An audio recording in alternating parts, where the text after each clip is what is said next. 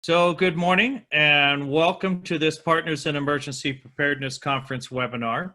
Until we can be in person at the conference, we're providing a series of monthly webinars like this one with key timely topics and fine speakers. I am your co-host, Ted Beener, and with me is Gail Harris, both with the conference committee. Gail? Hi, good morning. Today, we have the pleasure of introducing Professor Kate Starbird from the Department of Human-Centered Design and Engineering of the University of Washington. She will be helping us to understand misinformation during crisis events, and especially in the context of the COVID-19. Just a few logistics before we get started. This webinar will be no more than 30 minutes in length, since we're trying to respect your time. Everyone will be muted during the presentation.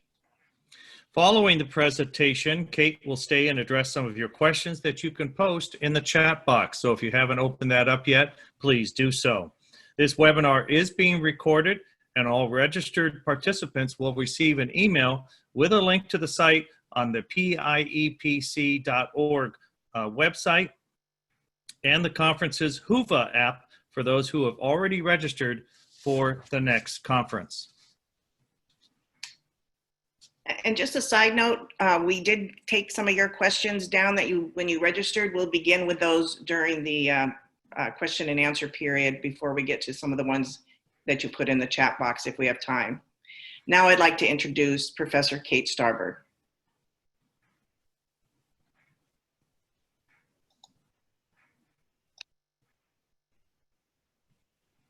All right, so I'm trying to just get my screen share going. Looks like we can all see that. We can. Although that is, one sec.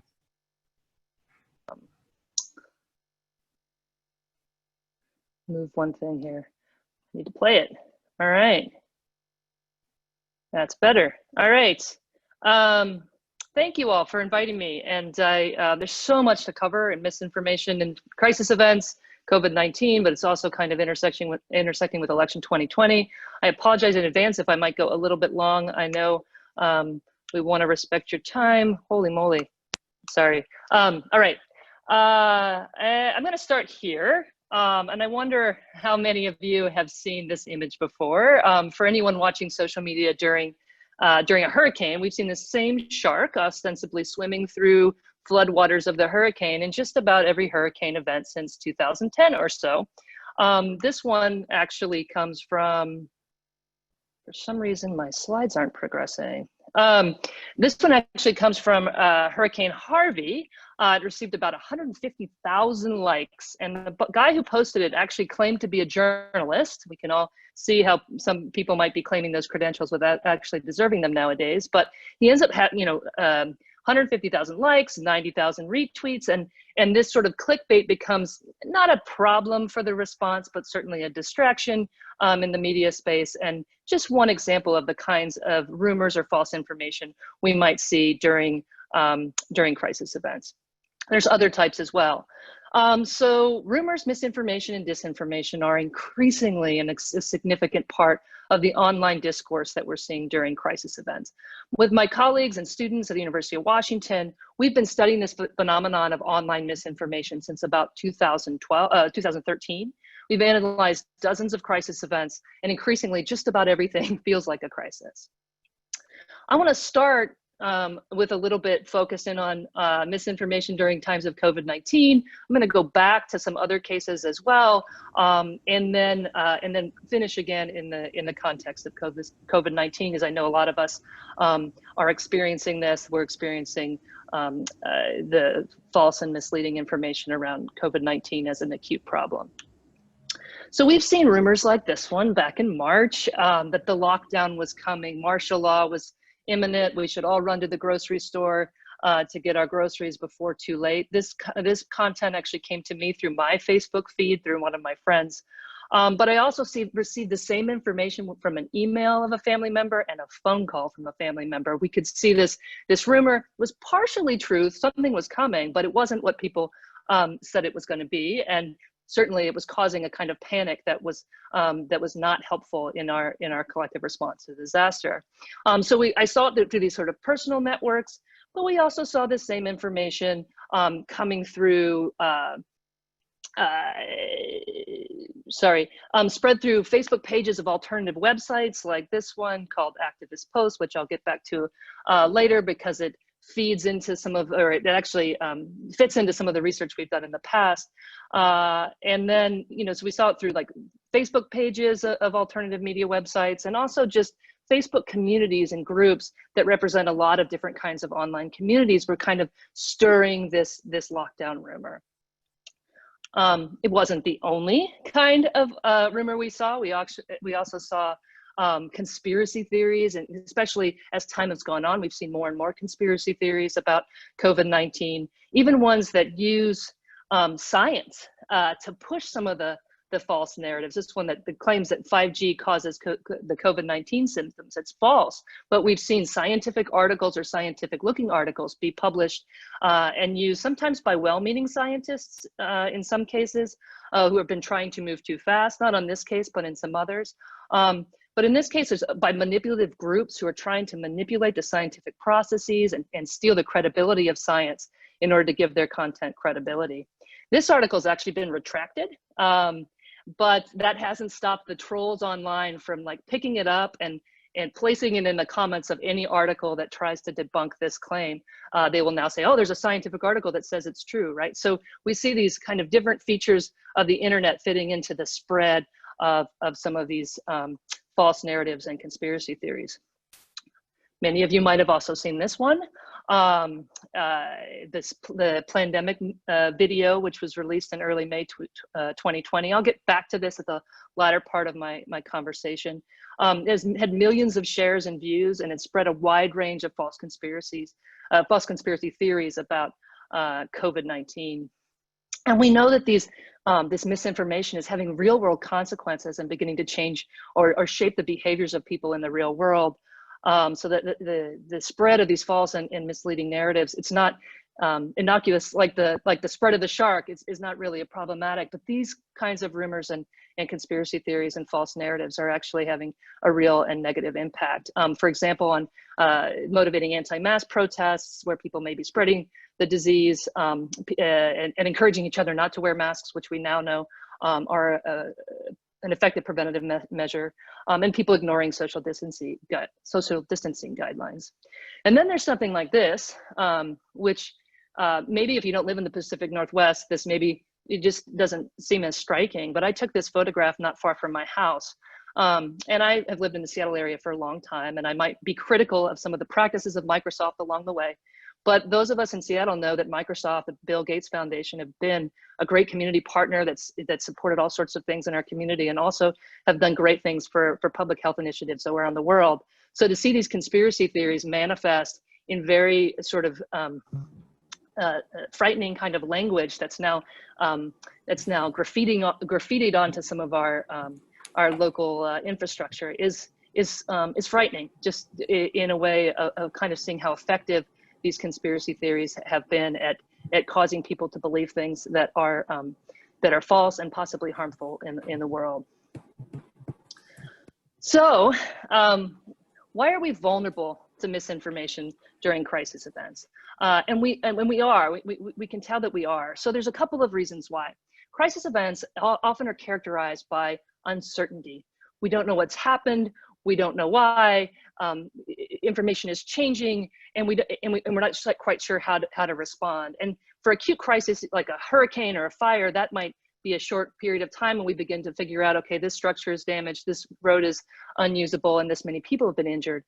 For the COVID-19, we have this long extended period of uncertainty, and that uncertainty causes anxiety about like, what action should I take? How is this going to affect me? How can I protect my family and my community? And we want to try to, as people, we want to try to resolve that uncertainty and that anxiety. And so what we do is we try to come together and share information and figure things out together. And we try to share what you know with something and get what somebody else knows. And then you speculate and theorize about what might be the best response, what the causes are, and what the solutions are. And that collective sense-making process can give way to rumors And sometimes rumors turn out to be true, and sometimes rumors turn out to be false. And that process of collective sense making, it can go awry and generate sort of false rumors. And it can also be infiltrated and pushed in different directions to lead us to spread misinformation by people who may want to manipulate us as well. So COVID-19, I think, is a perfect storm. We've got this persistent uncertainty, scientific uncertainty. Now the science is beginning to figure things out, but it's gone 2 steps forward, 1 step back. Things, you know, the best information from day to day has changed. And so we have this anxiety, this uncertainty that continues to kind of spin the rumor mill and cause people to be trying to figure things out. We have these sort of prolonged and acute impacts. It's a part of all of our lives on a daily basis. On top of that, we have this existing sort of distrust in authorities and displaced gatekeepers, where we used to turn to certain kinds of information, whether it's government or journalists, for most of our information. And now we have all these other influencers. And in some ways that's good. We get a diverse information. It's the democratization of information. But during a crisis event, that means that the voices of the people that might know the most are not necessarily the loudest. And on top of that, we have a heavily politicized information space that is, we can see that different narratives are picked up and pushed to try to further different kinds of political agendas, and that can lead to the spread of misinformation and disinformation. So I want to talk about these two things because we're seeing both in the information environment.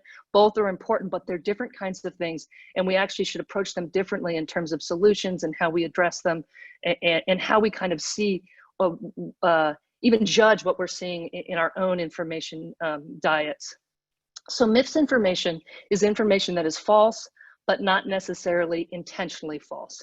So it's something like a rumor that might turn out to be false, but the people who began it didn't know it was false at the time. They were trying to do the right thing, and maybe it just went wrong. Disinformation, on the other hand, is false or misleading information that is purposefully seeded and or spread for a specific objective, whether financial, political, or reputational, and there's some others as well. Disinformation often works not as just a single piece of content, but as a campaign. Multiple pieces of content, people pushing it in different ways to try to shape our sense of reality, bend our sense of reality in a way that furthers someone's objectives. And we are increasingly seeing disinformation in all of our sort of technically mediated information spaces, and also that is bleeding over into other information spaces, including sort of cable news and even into journalism as well. So disinformation also has a historical context. It's historically connected to what we think about as active measures, which are tactics that were used by Soviet intelligence. Other intelligence agencies have used them as well, and they've been innovated in different ways in different places, but they actually tie back to a set of tactics. And I'm going to continue to kind of expand on this definition of disinformation as I go through the rest of the talk to kind of give you some highlights of how it affects us and where it is. So let me set the stage here a little bit to give you a little bit of what I understand about disinformation, and tell you how my research group sort of stumbled down the rabbit hole and became experts of disinformation, because we didn't start out trying to study disinformation. We started out actually I was looking at digital volunteerism during crisis events, and then we began to study misinformation during crisis events. About 2013 is when we began to focus specifically on misinformation on social media during crisis events. But by late 2015, 2016, we began to realize that what we were looking at wasn't just accidental rumors and misinformation. It was more, we were beginning to see pervasive disinformation that soon became the focus of our research. And it wasn't just in one place or one set of actors, but it was multiple actors, it was distributed, and it was becoming part of the systems that we were studying, the social technical systems of social media and the internet. We can trace our own experience of studying disinformation back to this tweet. The Boston bombing smells like a CIA black ops false flag setup. Again, don't be fooled by the mainstream media lies. It was sent in the first few hours after the Boston Marathon bombings. And we were actually studying that event. We were looking through the data. We had all these other different kinds of rumors, and we were like, what is this?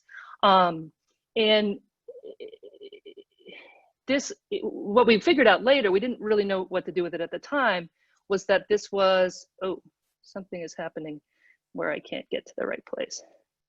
Sorry, there we go. This was a conspiracy theory. We were actually afraid to even use this term at the time, but we've begun to see this as these conspiracy theorizing actually kind of emerges from the corrupted sense-making process that's assembling evidence to fit an existing conspiratorial worldview. And increasingly, or even at that time, we could see that worldview reflected this idea that the media were lying, that Western governments were malevolent, and that a small group of powerful people pull the strings of world events.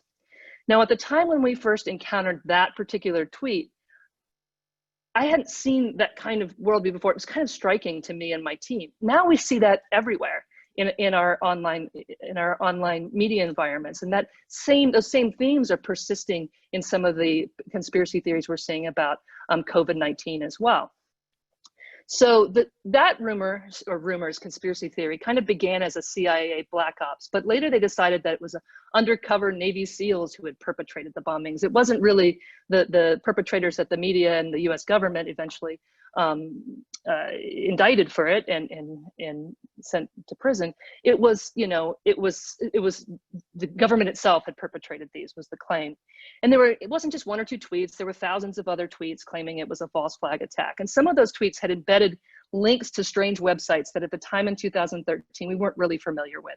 In this case, InfoWars was part of that. And we've heard of it now. We all know it now. 2013, I hadn't encountered it very much, but that wasn't the only website. There were other websites that were pushing that same kind of rumor.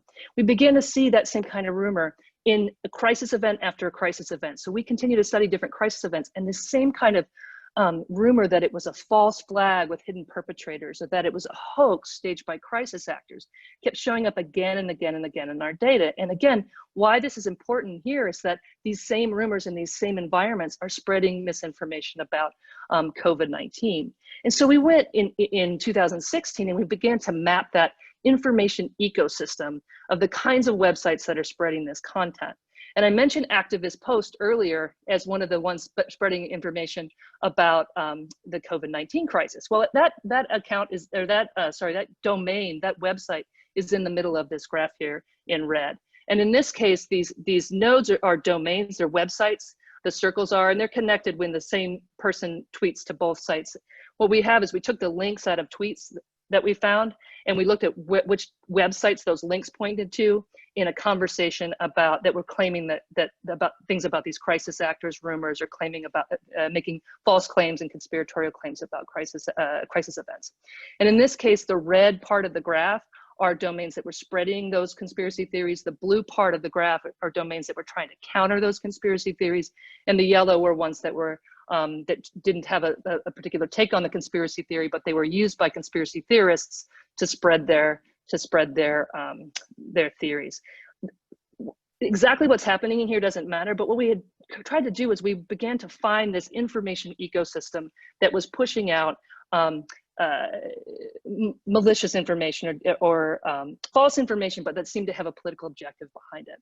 And this alternative media ecosystem is often active in spreading misinformation, disinformation, and conspiracy theories. It consists of clickbait sites, hyper-partisan media, gray propaganda sites, and they don't just spread one conspiracy theory, they spread many, many, many different kinds of conspiracy theories. And these websites are part of the structure of the online information ecosystem. And that's one of the reasons that we're increasingly vulnerable, because a lot of people are getting exposed to this content through their social media feeds. So this gets me back to talking about disinformation, because one of the things that we found in that ecosystem wasn't just, there were sites that were just trying to sell advertisements, so they were pushing out conspiracy theories, but there were others that actually were connected to state-sponsored disinformation campaigns. And so we began to see disinformation and see how disinformation campaigns use conspiracy theories as tools to achieve their objectives. And this idea that disinformation isn't meant to convince, but to confuse, to create muddled thinking across society. Because with this idea that a society that doesn't know where it can go for information it can trust is a society that is easily controlled, and is a society that is not going to be strong and can't hold itself together, which is a little bit of what we're seeing in our information spaces now. Sorry. So the conspiracy theories and disinformation about COVID-19 is spreading through and across the same alternative media ecosystem that we saw in the crisis actors case and in other cases where we've seen disinformation and conspiracy theories that we've been studying. We're seeing the same sites be active often in spreading some of this content. And we are vulnerable. Okay, so switching a little bit to the next piece of this, which I think is important, is that we're vulnerable to spreading mis and disinformation when we engage online within our political identities. Many of the websites that are in that push out that mis and disinformation attract people by attracting them through their political outrage and their political engagement. This is a retweet network graph of a polarized conversation in 2016. It's actually about shooting events and Black Lives Matter, very similar to the kinds of conversations we're having again right now. In this case, we just took, we looked at Twitter and we looked at the people that were retweeting each other in this conversation, whether using Black Lives Matter hashtags or Blue Lives Matter hashtags. And we began to see two very distinct clusters of people who are retweeting each other, so they're closer together if they retweet each other, and not retweeting anyone from the other side. So what we have here is actually a visualization of the structure of an echo chamber or polarization in our online ecosystem. And this is something that we probably would still see if we look at it. We tend to get our information from the same people. Sometimes people yell at each other across the area, but they don't support each other and amplify it. We actually have these two separate conversations that are going on.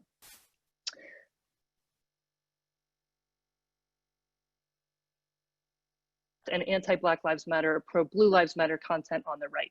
And I don't care who you are in this conversation, you can think about some of your engagements online, and most of us have participated, or many of us have participated in one or two of these conversations in this discourse. So we wrote a paper about this in November 2017. We published it in November 2017. We wrote it a little earlier.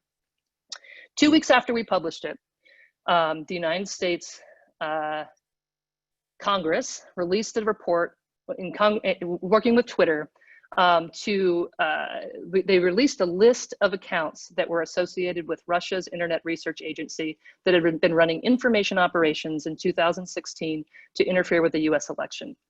And as I read through the list of the accounts that were associated with the Internet Research Agency, I recognized many of the accounts. From our research, we had seen these accounts before. I recognized their names. Some of them had been influential in the conversations we were studying. That some of them had been among the most divisive content that we'd seen. We had featured some of their tweets in our paper. And I'm going to show you where they were. So we mapped them onto our network, and we found that they had infiltrated both sides of this conversation. In fact, they had specifically targeted Black Lives Matter activists to kind of infiltrate their community, as well as Blue Lives Matter, pro-gun, and just right-wing political activism as well. And it was actually very effective for them, and they were able to infiltrate these conversations and try to shape these conversations towards their own political objectives. So what does this mean for what we're thinking about today? And that is that we are vulnerable to spreading misinformation and disinformation when we engage online with our political identities. And most of us do this. And certainly most of the people that we're looking at spreading misinformation now are doing this. And online activist communities are specifically targeted by disinformation campaigns, both foreign and increasingly domestic.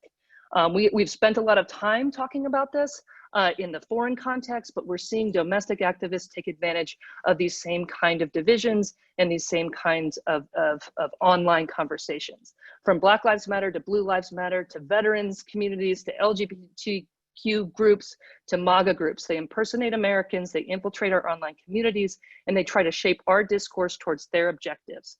This is not just foreign agents, it's domestic ones as well.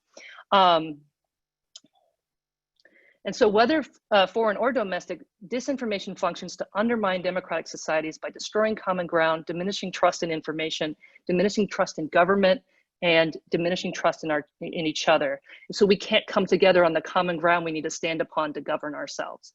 And that's why it's so problematic. No matter the objectives of a disinformation campaign, its outcomes are leading us to kind of falling apart as a society. So I want to point out the last little piece here is that misinformation and disinformation about COVID-19 is spreading through and across online communities, some of the same online communities. I talked a little bit about the pandemic video earlier in the talk. It was a video featuring a discredited scientist named Dr. Mikovits, an array of false conspiracy theories that had direct impact on people's behaviors and their attitudes towards COVID-19 prevention mechanisms. It was released in early May 2020, eventually garnering more than 8 million views on YouTube. We also saw millions of shares on Facebook. These are just public shares on Facebook that we can measure. The private shares are unmeasurable, but I imagine they are significantly more than this, probably millions, maybe even 10 millions. In the Twitter side, we saw 1 million tweets featuring Dr. Mikovits and Plandemic, but looking closer at this graph here, I can't totally explain, we don't really have time, but it actually gives a little insight here, is that the video is actually released during these spikes here at the end of the graph. That's early May. But Dr. Mikovits, who we've graphed here in the black, actually began to see that there was conversation about her name starts earlier, because actually there was a campaign to get her and this video off the ground, to kind of have them gain a reputation so that they could spread this content. And that campaign, it wasn't just organic conspiracy theory that emerged, it was part of a politically motivated campaign that was in part motivated as an effort to smear Dr. Fauci, who at the time was a target of conservative criticism for advocating for strong social distancing guidelines that were seen as having negative economic impacts. And so we can see that. Even more interesting is how the narratives went viral, how they moved. So this is another sort of retweet network graph of who was sharing information about the pandemic video and Dr. Mikovits. We can actually see these different kinds of groups. We have the anti-vaccine group, which was actually where she came from. And they were actually early active in the conversation, and it also spread into the conspiracy theory groups that we now recognize as QAnon. It was amplified by some hyper-partisan far-right media, and then spread through there and QAnon into sort of a more mainstream pro-Trump right-wing kind of communities. And so we see these intersections of these communities and information moving across them and into the larger environment. Similarly, if we look at Facebook, that was Twitter data. Similarly, if we look at Facebook, it's moving from the same kind of things, from anti-vax communities through these sort of hyper-partisan news that comes from that alternative media ecosystem I told you about before. That's that node that's helping to expand this into other communities, and then moving into conspiracy theories and just mainstream right-wing activism. So we see these converging crises of COVID-19, election 2020, political unrest, all kind of coming together in a way with some of our vulnerabilities as humans, and the way that these information systems are designed and these networks have formed to spread information, but to spread mis and disinformation. And as a last reminder here, misinformation actually doesn't spread itself. Even these campaigns, they can do some artificial amplification, but at the end of the day, we spread it. We're the ones as individuals using these platforms that make decisions of passing along information or not passing along information. And I had some other examples of even emergency responders spreading misinformation about protest events that I had to take out for timing. But we're all guilty of this. I'm in one of those graphs up there. I was tweeting, retweeting pro Black Lives Matter messages, and one of the accounts I think I retweeted was one of the IRA accounts. Like, we're in these graphs, right? So how do we become better, more productive and responsible participants in the online information environment? And I have a few things, we're not going to totally go into them, but slow down. When you're in that emotional state, don't retweet it. Just put that retweet on hold, wait a few minutes and see if you want to do that. Maybe look into the account if you don't know them before you retweet or follow them. Learn to recognize manipulation. It's not happening in if I just logically look at this, I'm going to know. It's happening through our guts. It's happening through our emotion. Tune into your emotions, as that's when we're most vulnerable. Take responsibility for our actions. When we spread misinformation, we're doing a disservice to the community. So and not just us as leaders, but everybody. So how do we teach how do we spread these norms in our communities of taking responsibility, learning to correct ourselves when we make a mistake? Don't just hide it. Actually say, I've made this mistake, to make sure people can see it. And learn how to correct others with empathy. We've been telling people about this backfire effect. Don't correct. No, corrections work. They work. We need to keep doing them, and we need to learn how to correct others with empathy in online spaces to help get better information out there. And with that, I'm going to end, and I'm not quite under 30, but I was close. Great. Thank you, Professor Starbird. Before we begin addressing all the questions, I wish to remind you all to register for our next in-person conference at piepc.org. Unfortunately, we've had to cancel the one in October, so we're keeping our fingers crossed for April 2021. We hope to use some of the time we reserved for that October conference on the 6th and 7th to do perhaps 1.5 day or 1 half day or 2 half day webinars. That will replace our monthly webinar that we've been doing. And so look for an announcement about that. I also want to give a big shout out to all of our conference committee members who are been working hard to monitor this ongoing event and keep flexibility going. Our conference chair, Kelly Casper, thank you for your leadership. And again, thank you all for your flexibility. If you have another topic and speaker ideas for future webinars, please let Gail or myself know. Your input is important for all of us. Our next webinar is September 24th, and we will have Washington State Emergency Management Director Robert Ezell address the state of the state in emergency management, including response to COVID and civil unrest. And that's co-hosted by the Washington State Emergency Management Association. Also mark your calendar for a special Partners Conference networking event, our first, a social hour on Thursday, September 10th. So again, mark your calendar, and that's going to be at 5 p.m. on Thursday, September 10th. The social will provide an opportunity to share your pandemic lessons learned, discoveries, aha moments, and even some humorous moments. Look for an announcement on the working event soon. So now it's time to address some of your questions. Gail, what is the first question? Okay, I'm taking, most of these came from me when you registered, and so I could capture your name. I don't know if I got everybody's names, but I tried to. The first one that was there's a couple of them on this theme. They wanted to know, how do organizations such as public health and other public organizations develop trust so that the receivers of their information see it as true or valid? That's from Alan in Marysville. And I think there's a lot of also organizations that have that worry, not just public, but private also. Yeah, this is such a difficult challenge, considering like so much of the online rhetoric has been, and that stems from things before, right? So trust in government institutions has been low for a while, and certainly a lot of the misinformation, disinformation we see is building onto that distrust and amplifying it. The ways to cut the circuit, one way is locality. We have this, and many of you probably heard this in the disaster response space. The most trusted person during a disaster is a local fire chief, right? It's really easy to develop conspiracy theories about something that happens very far away from you, but much harder to do it about your own neighbor or someone because it's not true when those people, right? And so really to kind of latch on to the locality, and to leverage the local institutions that do have trust, and to get your messages out through those voices if you can, and to be there and be honest. One of the things in the COVID-19 space is it's really hard, but you have to acknowledge if you pretend there's not uncertainty, and then tomorrow you have to say something different than today, you're going to undermine your trust. So you have to somehow communicate in a way, and this is such a hard tightrope to walk, but in a way that, well, like, this is the best information we have at the time, and this is what we're going to be doing, but things are changing. There's a lot of uncertainty, and we're going to be updating this as we go. I think that's the only way to deal with something like this. And unfortunately, it doesn't always work, but I think that's the best we can tell you. Okay, thank you. Ted?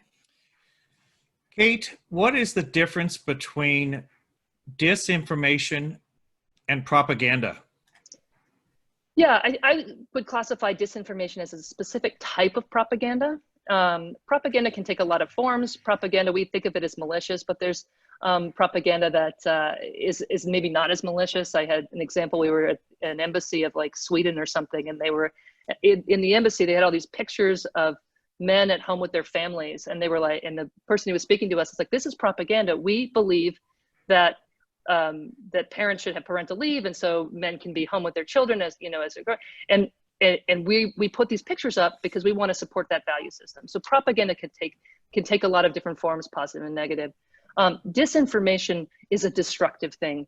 It's trying to tear apart reality in a way that and distort it in a way that benefits a particular set of actors, and we see it as taking things apart, destroying trust, just and pulling communities and societies apart. And so we see it as a particular kind of propaganda and a destructive one. Thank you. Gail? Okay, this is from Patty Jean in Redmond, Washington. The 911 systems are overwhelmed during disasters. So how might social media become a triage tool to supplement 911?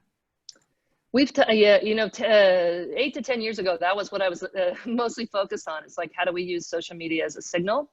And we were making some progress and thinking about how do we feed that and have people improve their situational awareness by looking at this content.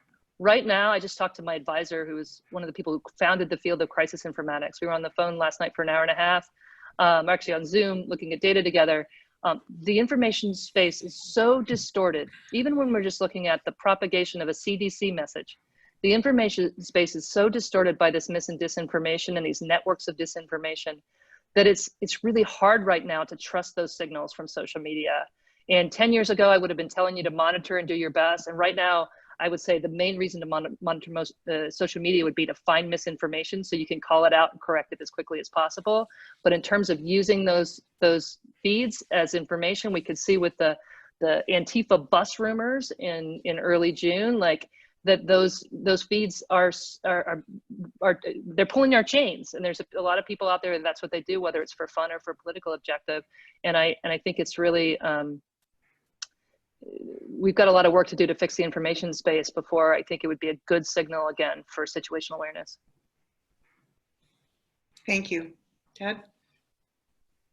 Kate, this comes from Sarah in Seattle, and she actually has a few related questions. They're pretty brief, but she's looking for advice for government agencies to help stop misinformation in a crisis.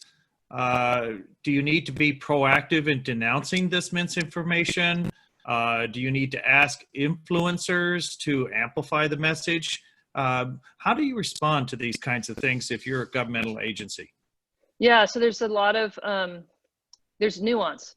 And it's not sort of a simple thing, and it also differs between misinformation and disinformation. So if it's just a false rumor that didn't have a political purpose, you might approach it like as you find it, just stamp on it, say this is wrong, let people know, try to get people to spread the message that it's wrong. Usually misinformation spreads further than the correction, but we've seen this in some of our work, that emergency responders do have, local emergency responders have a kind of local authority during a disaster that they can manage to sort of stamp out a rumor. Now, if it's disinformation, you run into the problem that by correcting it, you may actually amplify it.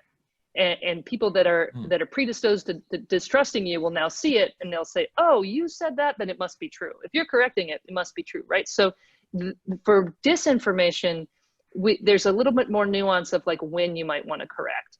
You might not want to correct when it's really small, because maybe it's just going to go away and people aren't going to listen to it. And you don't want to amplify it. But when it starts to hit a threshold where it does start to spread, you have to address it very proactively.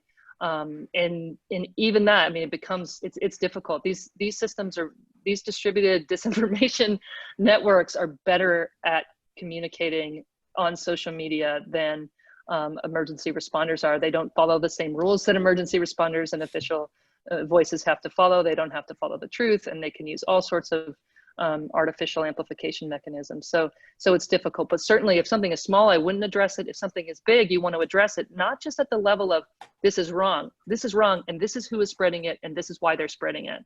And that can be very helpful if you can expose that. That's what we try to do with our work. It's not just show, hey, this is a false rumor, but hey, this is a misleading narrative, and this is who has been spreading it, and get a sense of who they might be, and let people see what their intentions might be to understand why it might be malignant, even if it's not, if you don't necessarily, if you weren't predisposed to think it was false, you could begin to say, oh, it's malignant. They're spreading this malignantly to hurt the information space. All right, thanks, Kate. Gail? Okay, there was a couple of questions that were about masks. Lori in Deming, Washington asked if there was a good graphic that represents why masks work to protect people around us. And Garrett in Seattle specifically was looking for information about the safety of using cloth masks.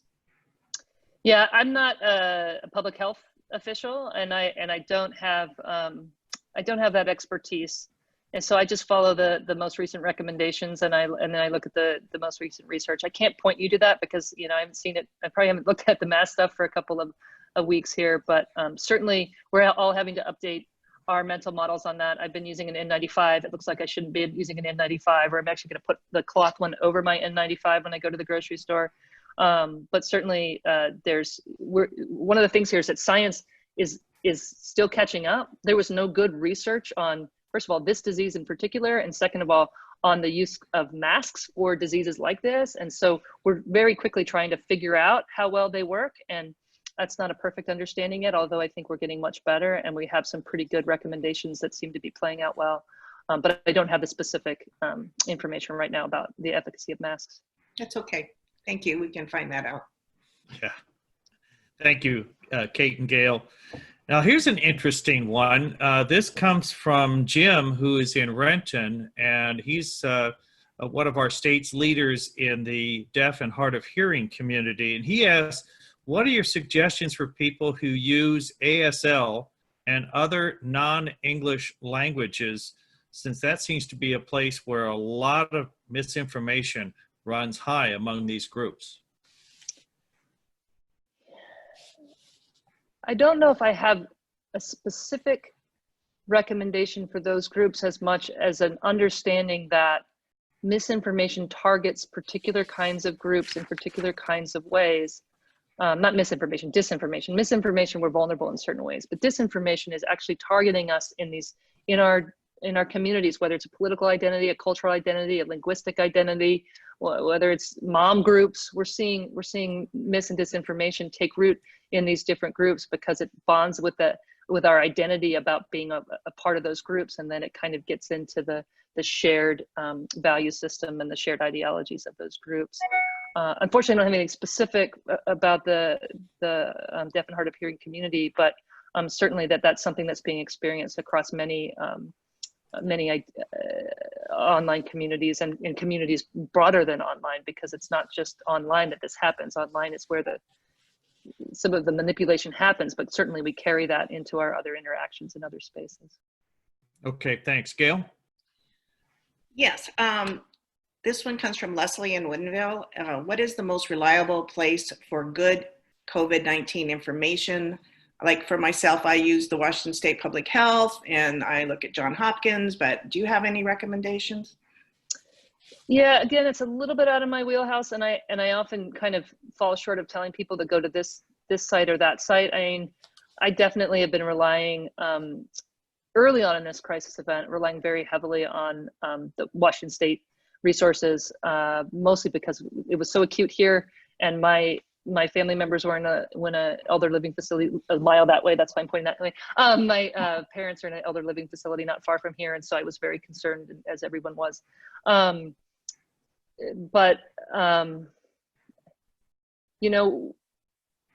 There's good and bad research coming out. There's good research and less good research coming out from a lot of different places right now, and so it's really about taking the thrust of not just one study, but to look at, okay, what are the majority of studies saying right now? What's the consensus? What are scientists beginning to agree on? Not that won't change as time goes on, but to look sort of across different sources and not necessarily say that this one source is the one to go to, but definitely from the guidelines of what I'm doing in my personal behaviors, it's just looking at the local Washington State and Seattle guidelines, King County guidelines. Perfect, thank you. Kate, this question comes from Anne in Orlando, Florida.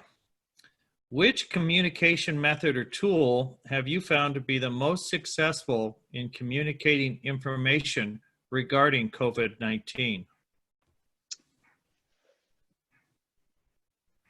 There's so many different ways to think about what you mean by tool. Some of the ways that I've communicated have been through Medium blogs that rely heavily on our data analysis. So it's in some ways it's 2 or 3 different tools. One is that we can actually show how some of these narratives are spreading, which helps people see, oh, do I really want to be involved in something that came through those kinds of actors to get to me, right? So, so telling the story in a format where I have control of how it goes out, so it's not being mediated by a journalist or someone else who may not completely understand what I'm trying to explain. So I like to explain through, and my team does, through sort of a blog type post, often using Medium, because then we have publishing control, and using certain kinds of tools of visualization to help people see some of the things that we're trying to explain. Certainly visualization is a great communication tool as well. Okay, thank you. Gail? Well, that sounds like a new medium that would increase. We should all maybe be looking to increase our information for social media. There was a question from Stephen in Pasco about the value of social media. Is it decreasing due to the inability for the normal user to differentiate between a fact, what is fact? So you kind of touched on it there. Yeah, I think it's a great question. And again, from the conversation I was having with my advisor, like 10 years ago, we were telling people, look to social media, we can make sense of it. It can contribute to our situation awareness. And now we're even thinking as researchers that this space, because of the distortion, is no longer good for asking the kinds of questions about what's actually going on. The only questions that we can ask are like, what are the shenanigans going on? Let's go look at them. But it's hard to see what are actual people actually talking about. It's so distorted in some ways that I really think that platforms are going to have to do a better job of cleaning up misinformation for these to be sort of a net gain in crisis events, because right now I'm seeing them as really a net loss in many ways. Thank you. Which is sad, because my whole dissertation is about how people do amazing things on social media during crisis events to help each other, and yet now it looks a lot different from this perspective. That's sad. It is. It is. All right, Kate, I got another one here, and this might relate to that relatively new course that's being taught on campus there. I won't use the 4-letter language involved with it, but let's just talk about, fact versus fiction, the baloney that those guys have gotten some news coverage. But somebody, Annie, it doesn't indicate where she's from, but so where do you go to find real information and news that is not bent? In other words, in one of those 2 circles and clusters that you had in one of your graphics there that you used, where can we find just the current facts?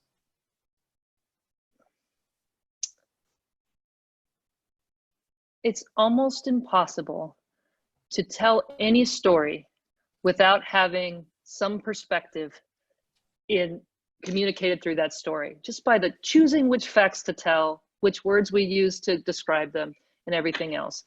Journalism that would be pure facts, no one would even read because it would be almost unreadable. And so the truth is that when, even journalism, even good journalism, is going to have a certain bent.